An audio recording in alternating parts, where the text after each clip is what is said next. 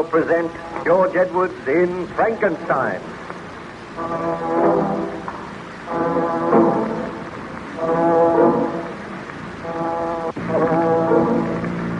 Baron Frankenstein was gradually recovering his health under the care of the captain and the surgeon of the ship Voyager, which was icebound in northern waters. Each day, Baron Frankenstein told Captain Walton some of his story, and the captain duly noted these facts in his journal.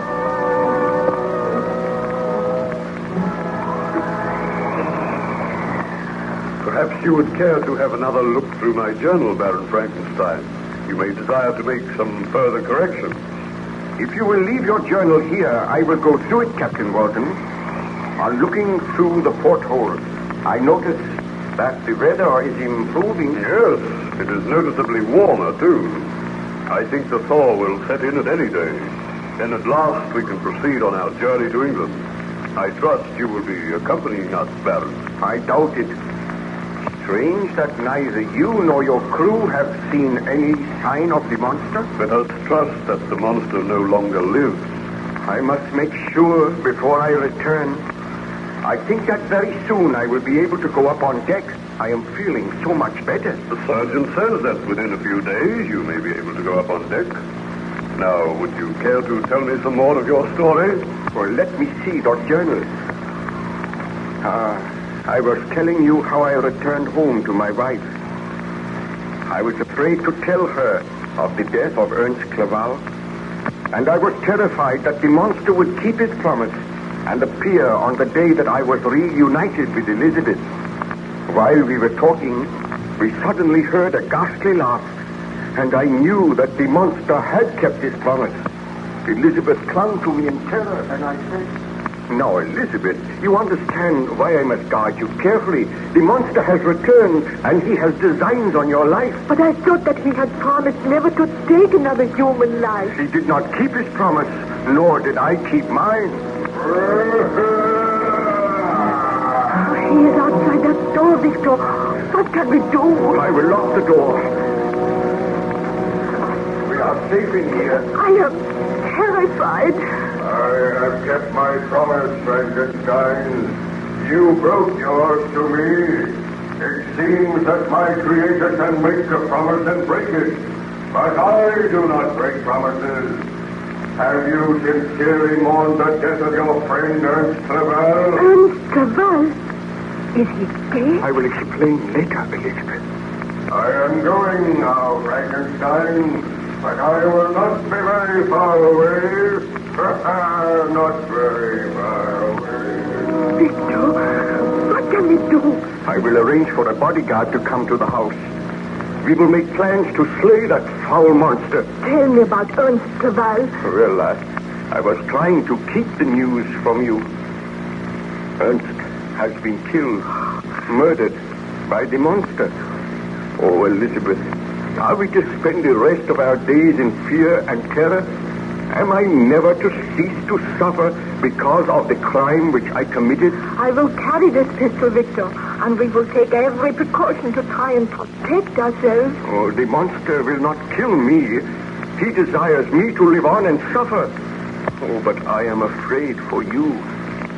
Tomorrow, you shall leave here.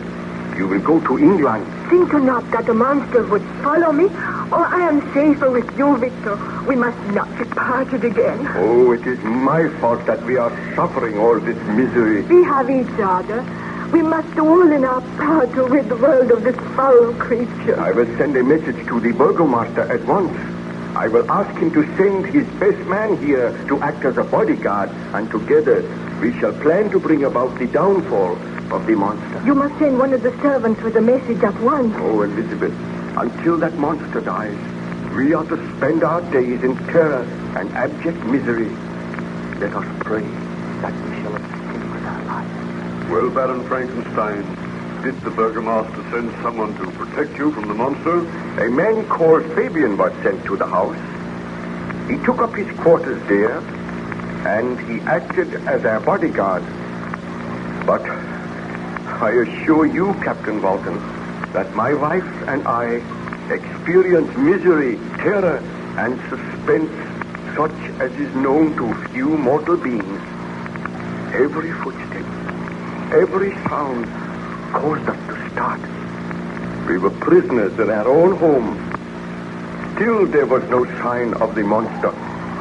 There came a day when I sent for the man Fabian. I discussed with him the best plans for finding the vile creature which was endangering our existence.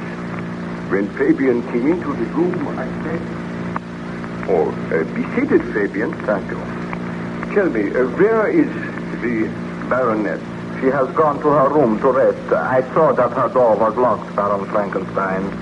Do you think we need an extra bodyguard in the house? Well, it might be advisable to have another man here. Fortunately, we are all armed. The Baroness never goes anywhere without her pistols. And you and I carry 2 pistols.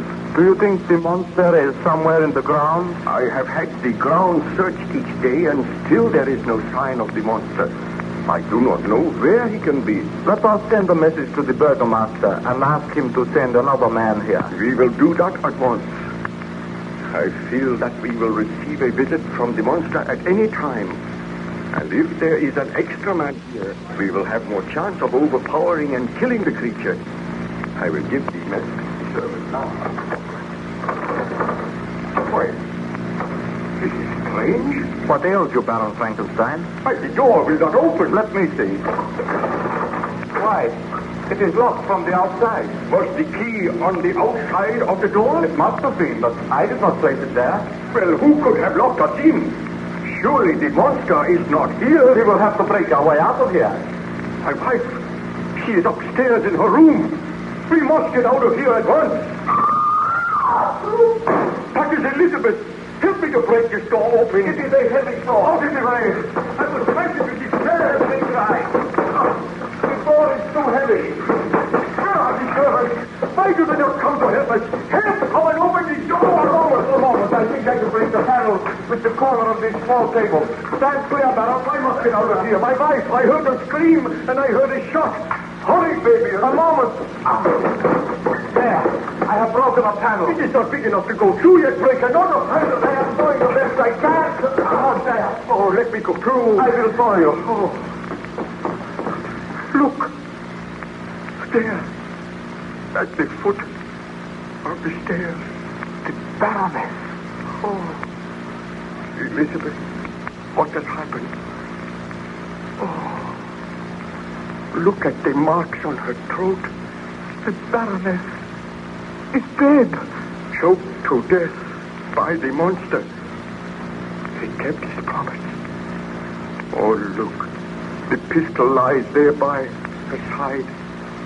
She must have fired it to try to save herself, and we were too late. We were locked down in the library. I must go for help at once. Oh, we are helpless. No one can prevail against the brute which I created.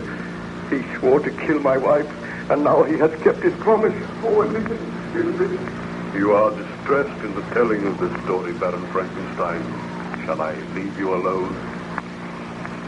I shudder now as I recall the horror of that moment.